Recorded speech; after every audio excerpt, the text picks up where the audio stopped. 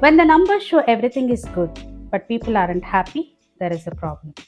Sometimes what looks green on the surface might be red underneath, meaning the service isn't really great. Welcome to our podcast series, Figure It Out. Hi Ram. The images look pretty colorful green, white, red, but it says that is not what it is. So please elaborate on watermelon theory. Thank you, Vinaj.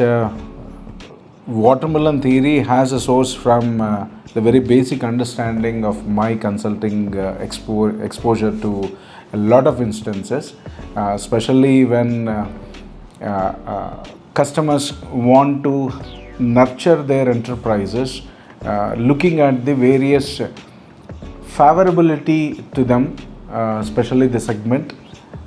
They want their enterprise to succeed as the other enterprises have succeeded in a particular segment. So that's where the source we have picked it as watermelon theory.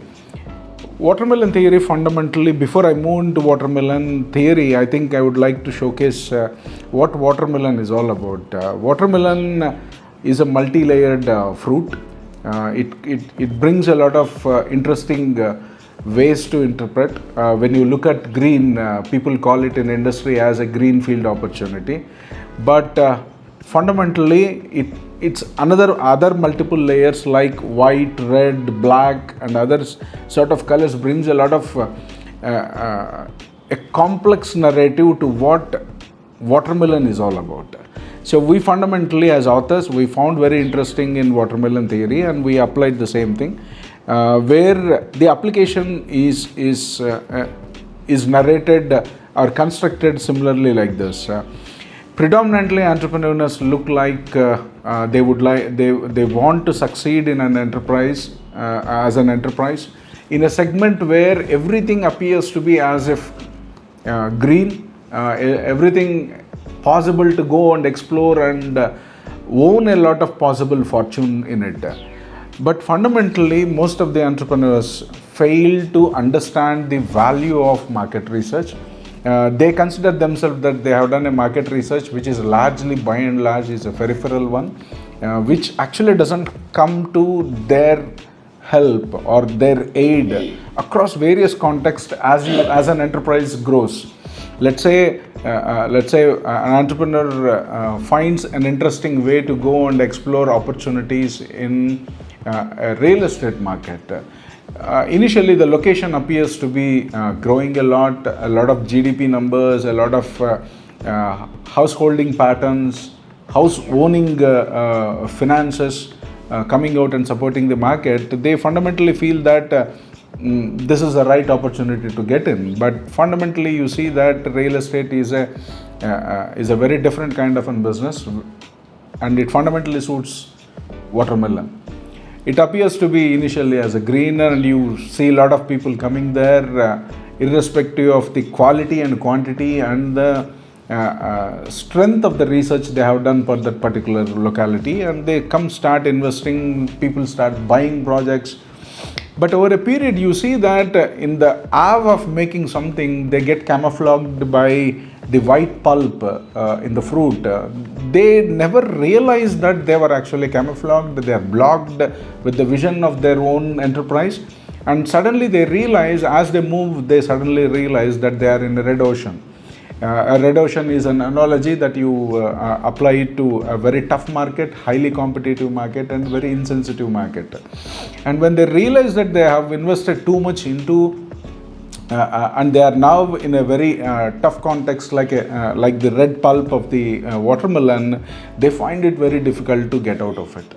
They find very difficult in a way to continue in the way in which they are, and to contain in which what they have and how they can actually survive it through. That's where we even put that the black seeds that are available in the watermelon makes an entrepreneur to take a piggyback on that particular seeds, or another sort of vehicles that they can actually, like an idea, they can actually help the entrepreneur or the entity to get out of the context.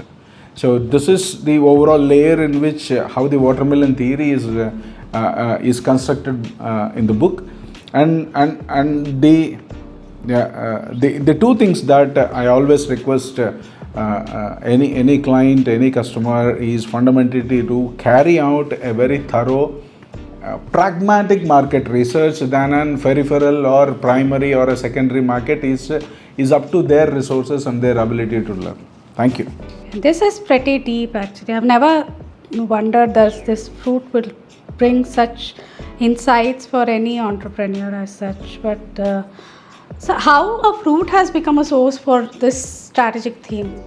As I previously said, the very idea to develop the entire 50 themes in the book is actually very diverse. We picked animals, we picked fruits, we picked a lot of theories around. So, fruit, among the fruits, one of the finest fruit that, let's say, watermelon is a seasonal one. Nowadays, we can see a lot of unseasonal fruits too, but still, we always consider watermelon as a seasonal fruit. The very intent when you look at something, and it should have the strong basis to present an analogy.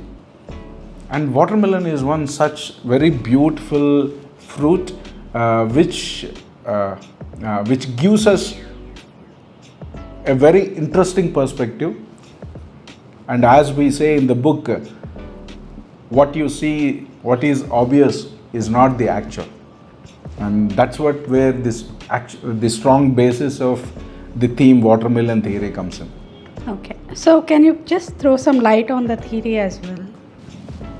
By and large, for me, aspirations are the very fundamentally predominantly dominates the entrepreneur's ambitions.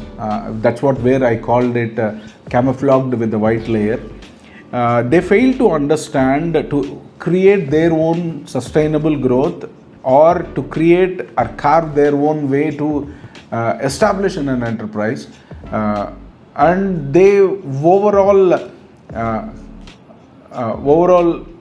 displace their initial aspirations with else other context, and they fundamentally fail to understand the actual way out.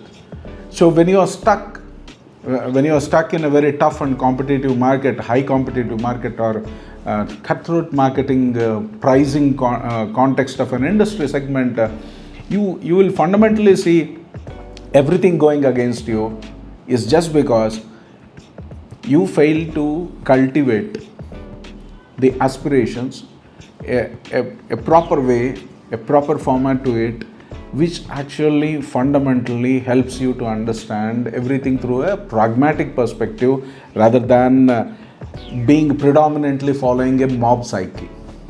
It's pretty interesting, and I felt that this definitely would give some huge ideas and insights to any entrepreneur as such. And so let's keep conversing on this. We have 50 odd concepts, and we will come back with another episode of Figure It Out with a new concept. So thank you, Ram, and let's keep talking. Thank you so much. Yeah, looking always forward. Let's figure it out in various themes. Sure. Thank you. Thank you.